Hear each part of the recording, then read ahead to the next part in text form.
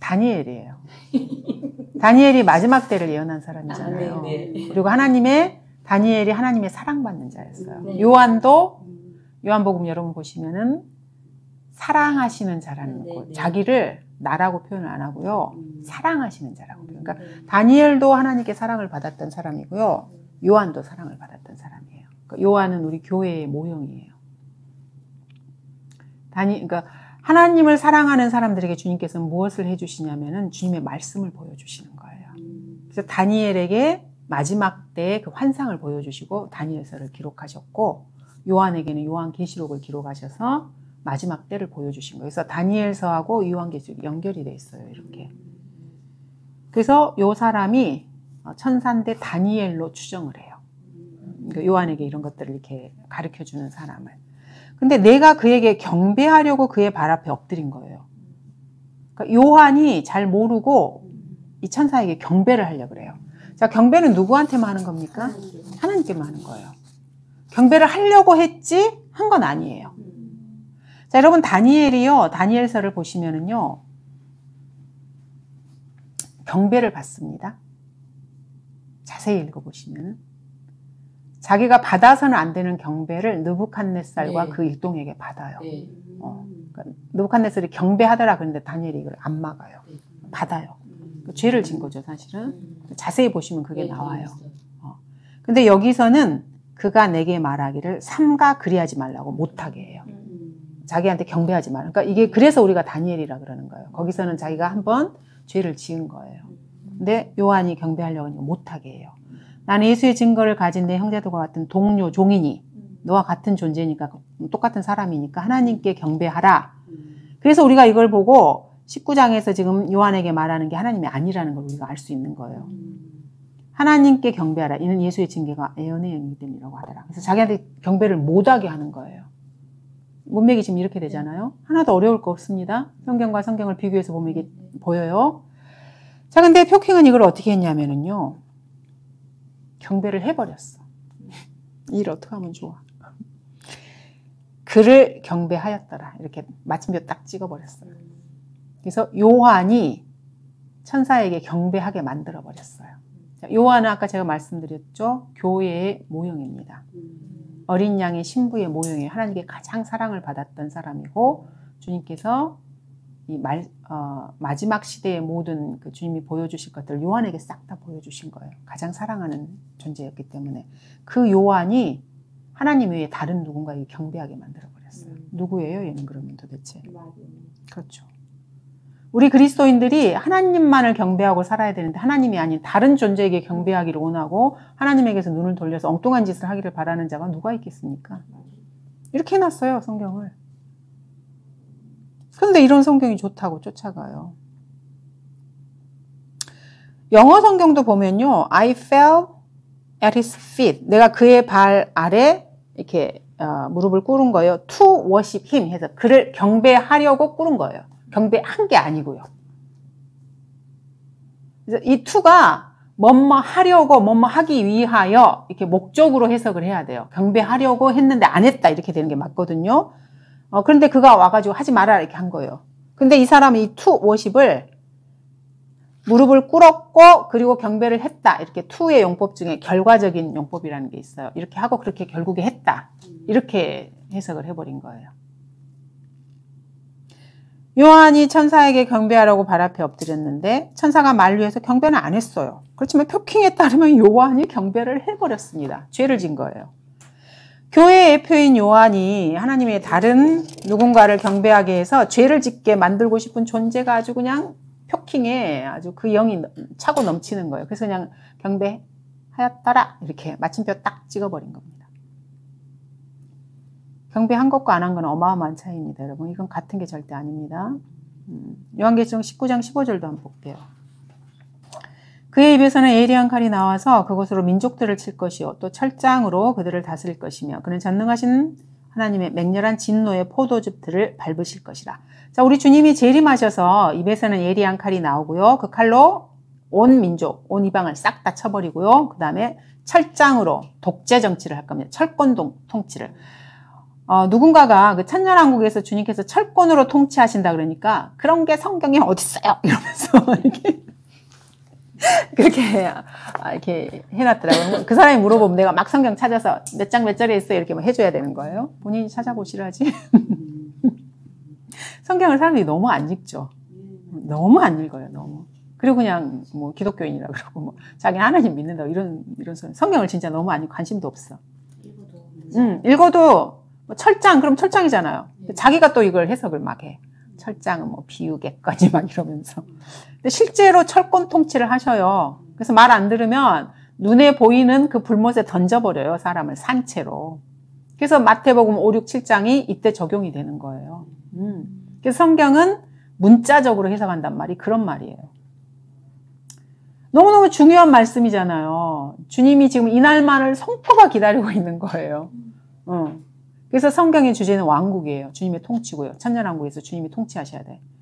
주님이 처음부터 세상을 창조하셨을 때부터 이날을 지금 주님의 통치를 염두에 두시고 아담을 창조하신 겁니다. 그래서 맹렬한 진노의 포도즙을 밟으실 그날을 주님도 지금 기대하고 계시는 것입니다. 그래서 우리 성경은 그렇게 했어요. 자, 여러분, 이제 또 국어 시간 됐습니다. 잘 들어보시고, 뭐가 다른지 한번 보세요. 방금은 저희가 읽었던 요 뜻하고 어떻게 다른지 표킹을 한번 읽어드릴게요. 또한 그분께서 전능하신 하나님의 맹렬함과 진노의 포도즙 틀을 밟으시리라. 자, 다시 읽어드릴게요. 또한 그분께서 전능하신 하나님의 맹렬함과 진노의 포도즙 틀을 밟으시리라. 자, 차이점이 좀 와주시나요? 자, 저희 성경 제가 다시 읽어드릴게요. 그는 전능하신 하나님의 맹렬한 진노의 포도즙 틀을 밟으실 것이라. 이게 저희 성경이고요. 표킹은 그분께서 전능하신 하나님의 맹렬함과 진노의 포도즙 틀을 밟으시리라. 이렇게 놨어요.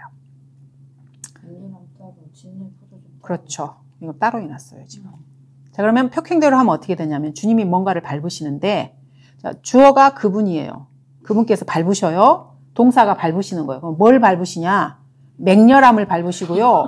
진노의 포도즙들을 밟으시는 거예요. 이 사람이 해놓은 대로 하면 그래요. 두 개를 밟는다고 해놨어요. 하나님의 맹렬함과 진노의 포도즙들을 밟으시리라. 그럼 이 남자가 얼간이어서 이렇게 했을까요? 자, 영어를 보면 이게 어떻게 되냐면 he tread. 그래서 그분이 밟으시는데 와인 프레스를 밟아요. 이 포도즙 틀을. 근데 이게 of로 연결이 돼서 fierceness 이렇게 돼요. 그러니까 진노의 포도즙 틀 이렇게 되고 또 하나는 wrath of Almighty God에서 전능하신 하나님의 진노의 이렇게 두 가지로 연결이 돼요. 그러니까 이 포도즙 틀을 수식해 주는 게 두 가지인 거예요. 맹렬함과 전능하신 하나님의 진노가 담긴 포도즙 틀 이렇게 돼요. 근데 이 사람은 이 end로 이게 연결이 돼 있다가 이 두 가지가 있는데 end로 연결이 돼 있는 거니까 영어도 모르고 한국어도 모르는 거예요. 솔직히 말하면 뭐 이게 어렵게 설명할 것도 없어요. 영어를 모르는 거예요, 이 사람이. 말로는 뭐 대화는 잘하고 뭐 이렇게 의사소통은 잘 하는지 모르는데 영어를 모르는 거예요. 그럼 당연히 이 포도즙 틀은 맹렬한 포도즙 틀이고 하나님의 진노가 부어진 포도즙 틀 이 두 가지인 거잖아요. 근데 of가 뭐뭐의라고 생각을 하고 end로 연결이 됐으니까 맹렬함도 받고 올마이트 가드의 진노 이렇게 해놓은 거예요. 어려워요. 그래서 이 사람 이렇게 자기도 모르는 걸 지금 하는 거예요. 하나님께서 재림하셔서 맹렬한 진노의 포도즙들을 밟으시면 그러니까 이 세상의 나라들과 하나님의 대적들에게 주님께서 복수하실 거예요. 이거를 이렇게 밟으셔서. 근데 표킹에 따르면 이 하나님께서 짓밟는 게 하나님의 맹렬함을 밟고 두 번째 진노의 포도즙들을 밟아요. 그러니까 영어 그 글자 하나하나에 매이다 보니까 그러니까 영어를 못하는 사람들이 이러거든요. 그 뜻을 딱 잡아가지고 그걸 우리나라 말로 이렇게 스무스하게 딱 이렇게 해줘야 되는데 그거를 못해요. 그 단어 하나하나 이렇게 이거 오브네, 이거 엔드네 이렇게 여기에 매이다 보니까 그래서 이 지경으로 번역을 해놨어요. 이런 성서를 하나님의 말씀으로 받아들이는 자들의 지성을 하나님께서 망가뜨렸다는 걸 우리가 이런 걸 보고 아는 거예요. 아, 지성이 망가졌구나. 그 다음에 계시록 20장 4장을 보겠습니다. 자, 여기도 보시면은 4절 제일 마지막에 보시면 그러므로 그들은 살아서 그리스도와 함께 천년을 통치하더라 이렇게 딱 됐죠? 천년을 통치하게 될 거예요. 그들은 살아서. 그러므로 그들은 살아서 그리스도와 함께 천년을 통치하더라 이렇게. 근데 시제를 봤더니 영어로요. 이게 reigned에서 과거 시제로 돼 있어요. 통치했다 이렇게. 자, 근데 여러분 아셔야 될 게 요한이 요한계시록을 기록을 할 때는요. 요한이 있는 위치가 어디냐면 대환란이에요. 대환란에 있으면서요. 요한이 있는 자리가 대환란이에요. 그러면서 이렇게 미래를 보는 거예요. 미래를 보는데 하나님께서 성경을 기록하실 때는요. 미래도 과거로 표현하기도 해요. 이게 무슨 말씀인지 아세요? 하나님께는 과거와 현재와 미래가 동일하게 이렇게 펼쳐지는 거예요. 그래서 히브리어는 과거 시제, 미래 시제가 없다고 제가 알고 있어요. 왜냐하면 하나님께는 모든 게 현재이기 때문에 그래요. 과거도 현재고요. 미래도 현재예요. 그래서 성경에는 과거로 돼 있지만은요. 이게 예언이기도 하는 경우가 있어요. 그래서 성경을 잘 모르는 인문학자들이 신학자들이 자기가 인문적인 관점에서 성경을 보면 이걸 이해를 못하는 거예요. 하나님의 관점으로 성경을 보지 않기 때문에. 그래서 영어로는 reigned에서 이게 과거형으로 돼 있어요. 그럼 이 말이 통치하고 끝났다 이 말인가요? 그러므로 그들은 살아서 그리스도와 함께 천년을 통치했더라. 그럼 땡 끝 이건가요? 우리 입장에서는 이게 지금 미래 시제인 거잖아요. 그래서 우리 성경은 영어가 과거로 돼 있지만 통치하더라로 이렇게 번역을 한 거예요. 그럼 이런 그 교리들을 모르면 성경을 어떻게 번역을 하겠어요? 뭐 시제가 여기 과거니까 무조건 과거로 해야 되겠네. 이렇게 되는 거잖아요. 그러면 성경이 엉망진창이 되는 거예요.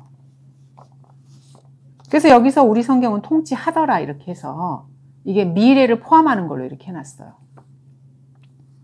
근데 표킹은 이게 reigned라고 과거 시제라고 그래서 통치하였더라 그래야죠. 과거 시제로 딱 점을 찍어놨어요. 자, 그럼 이게 어떻게 되는 것입니까? 그렇죠. 그래서 요한계시록을 로마 카톨릭에서는 이미 지난 역사라고 가르칩니다. 여러분 그거 알고 계십니까? 그러면 그런 그 주장이 이 표킹을 통해서 보면은 맞게 된 거예요, 그게. 예. 주님이 오셔서 통치를 하셔야 되는데 이미 통치가 끝났대요. 하였더라, 과거 시제로 점 딱 피어리어드. 마침표가 딱 찍혀져 버렸어요. 그래서 로마 카톨릭과 교리가 같은 거예요, 이렇게 되면은. 이게 후천년주의, 무천년주의자들이에요. 우리가 보고 있는 지금 이 기독교계의 대부분의 사람들입니다. 같은 맥락이에요. 성경 단어 번역이 그래서 얼마나 중요한지 여러분이 이런 걸 보시면서 아시라고 지금 하는 거예요. 그래서 아무나 막 손대가지고 과거 시니까 이건 과거로 하고 이게 아니에요, 여러분.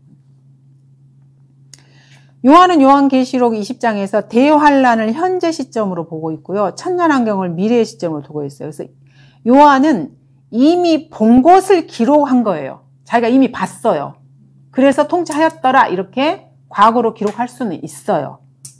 쓸 수는 있지만 사실은 미래에 해당하는 거기 때문에 한글로 번역을 할 때는 통치하더라 이렇게 해서 미래로 기술하는 것이 정확해요. 과거 시제인 영어에 통치하였더라로 번역하면은 천년왕국을 과거로 보게 되는 거예요. 무천년주의, 후천년주의 기독교계에 있는 사람들이 지금 성경을 이렇게 해석을 합니다. 성경 해석이 완전히 달라져 버리는 거예요. 근데 뭐 과거 시제나 뭐나 뭔 상관이야 이러고 있으면 그 사람은 성경이 필요 없는 사람이에요. 자, 그다음에 계시록 20장 11절도 한번 보시면은요. 자, 여기도 보시면은 또 내가 큰 백보자와 그에 앉으신 분을 보니 그의 면전에서 땅과 하늘이 사라졌고 그들의 설 자리도 보이지 않더라. 여기에 그들의 설 자리라는 표현이 있습니다. 여기서 영어로는 이것이 for them으로 돼 있어요. them. 자, 이거 인칭 대명사입니다. 앞에 한번 언급이 된 거를 영어에서는 다시 안 써주고요. 이렇게 대명사로 써주는 게 영어적인 특징입니다. 그래서 for them으로 써놨습니다. 근데 이 them이 위에서부터 이렇게 쫙 읽어보시면은 그냥 읽어보시면 사람이라는 걸 우리가 금방 알아요. 그들의 설 자리. 그럼 설마 여기 짐승이 서겠습니까? 백보자 심판에서 짐승이 심판받으러 여기 설까요? 그들, 사람이라는 거 우리가 알잖아요. 물론 천사들도 여기가 있긴 합니다. 아래도 보면 작은 자나 큰 자나 하나님 앞에 섰는데 이렇게 됐잖아요. 근데 설 자리가 없는 거예요. 그러면 지금 심판받는 사람들이잖아요. 그리고 심판받는 사람들이 12절에 보시면 내가 죽은 자들을 보니까 죽은 자들이 저주의 부활로 살아나서 설 자리 없이 지금 서 있는 거잖아요. 이 사람들을 말하는 거잖아요. 근데 표킹은 이걸 어떻게 해놨냐면요. 그런즉 그것들을 위한 장소가 전혀 발견되지 아니하였더라 이렇게 해놨어요. 그것들이라는 말은 사람이 아니에요. 사물을 그것이라 그러거든요. 우리나라 언어에서는 사람한테 그것들이라 안 해요. 그러니까 욕할 때나 뭐 그것들 이렇게 하고요. 뭐 그렇게 하는 거고요. 사람한테는 그들이라고 표현을 해요. 사물에게는 그것, 이것, 저것 이렇게 하거든요. 근데 그것들이라고 했어요. 댐이라고 해서. 근데 영어에서 댐은 사물에게도 쓰일 수 있고요. 사람에게 둘 다 쓰여요. 문맥으로 보면은 죽은 자들이 부활해서 지금 서 있는 거잖아요. 죽은 사람들이 지금 서 있는 거. 물론 천사도 포함되고. 자, 이 사람들이 불쌍했나 봐요. 불쌍하긴 하죠, 사실. 마지막 백보자에게 서가지고 심판받는 이 사람들. 그래서 이 사람들에게 그 땅도 하늘도 없고 설 자리도 없는 이들이 너무너무 불쌍했는지 이들이 이곳에 서지 않기를 바라는 마음이 있었나 봐요. 그래서 사람이 아니고 사물로 바꿔버렸어요. 그것들을 위한 장소가 전혀 발견되지 않더라. 백보자 심판에선 심판받는 사람들의 설 자리가 마련되지 않은데 이거 완전한 오역이에요. 누가 봐도 이거는 성경을 틀리게 해서 제가 오역이라고 말씀드리는 거는 명백하게 틀린 거예요. 뭐 비유적으로 좀 틀렸고 뭐가 좀 이렇게도 해석이 되고 저렇게 이런 게 아니고요. 완전히 틀린 거예요. 틀렸다는 말은 하나님 말씀이 아니라는 말이에요. 오역인 게 너무 많잖아요, 지금. 아까 저희 시편에도 오역이 너무 많고요. 단어 선정하는 것도 전부 막 틀리게 해놓고요. 엉망진창으로 해놨어요. 다음 21장, 계시록 20장 10절에도 보시면은 그가 영 안에서 나를 이끌어 크고 높은 산으로 가서 그 큰 도성 거룩한 예루살렘이 하나님께로부터 하늘에서 내려가는 것을 내게 보였지. 자, 이거 지금 새 예루살렘이죠? 새 예루살렘이 하늘에서 이렇게 아래로 땅으로 가는 건 아니고요. 땅 쪽으로 가서 공중에 지구의 공중에 이렇게 달처럼 위성처럼 이렇게 있는 거예요. 그러면 새 예루살렘이 하늘에서 내려간다는 말은 하늘에서 내려가는 것을 내게 보여주니 네 개가 지금 요한이잖아요. 그러면 요한이 볼 때 새 예루살렘이 땅에서 내려가는 것을 보잖아요. 그럼 요한이 지금 어디 있는 겁니까? 그렇죠.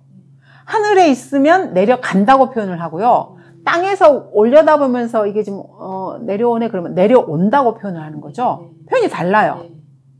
하늘에 있으면 내려가고요. 땅에서 봤으면 내려오는 거예요. 근데 여기서 내려간다고 표현을 했다는 말은 요한이 하늘에 있다는 말이에요. 하늘에서 본 거예요. 지금 새 예루살렘이 내려가. 그러면 요한은 제가 아까 말씀드렸잖아요. 우리 그리스도인의 예표예요. 요한이. 어린 양의 신부의 예표. 그럼 어린 양의 신부가 있어야 할 곳은 어디입니까, 여러분? 하늘이에요. 그리고 자신들이 살 거처가 하늘에서 지구로 내려가는 걸 하늘에서 지금 보고 있는 거예요. 자, 그렇다면 이 사람은 또 이걸 어떻게 했을까요? 뻔하지 뭐. 이 디센딩 이거를 내려오고 있었으면 이렇게 했어요. 그러면 이 사람 번역대로 하면 요한은 지금 어디 있습니까? 땅에 있어요. 교회가 땅에 있는 거예요. 웃기죠? 교회가 하늘에 있는 게 마음에 안 드나 봐. 땅으로 그냥 끄집어 내려놔 버렸어요. 그러니까 이 땅에 진행하고 이루어진다고 말하고. 거룩한 예루살렘을 나에게 보여주셨는데 하나님께로부터 하늘에서 내려오고 있었으며 이 말은 요한이 지금 땅에서 새 예루살렘이 땅으로 내려오는 걸 보고 있다는 말이에요. 지가 뭔데 교회를 땅으로 집어내려나요? 그래서 이거를 보면 이 사람들 구원 안 받았나 이런 생각이 드는 거예요. 왜냐하면 구원을 안 받았으면 땅에 있을 수도 있겠죠. 구원받은 사람은 지금 저기 하늘나라에 있어야 되잖아요. 나중에 이 시대에는. 구원을 안 받고 이 지상에서 사는 사람들 중에서도요. 그때는 생명나무에 참여를 해야 이렇게 구원이 영원히 보장되는 사람들이 있거든요. 그러면 이 부류에 속하는 사람인가? 그럼 구원을 잃어버릴 수 있는 사람들이네? 이렇게 보이는 겁니다.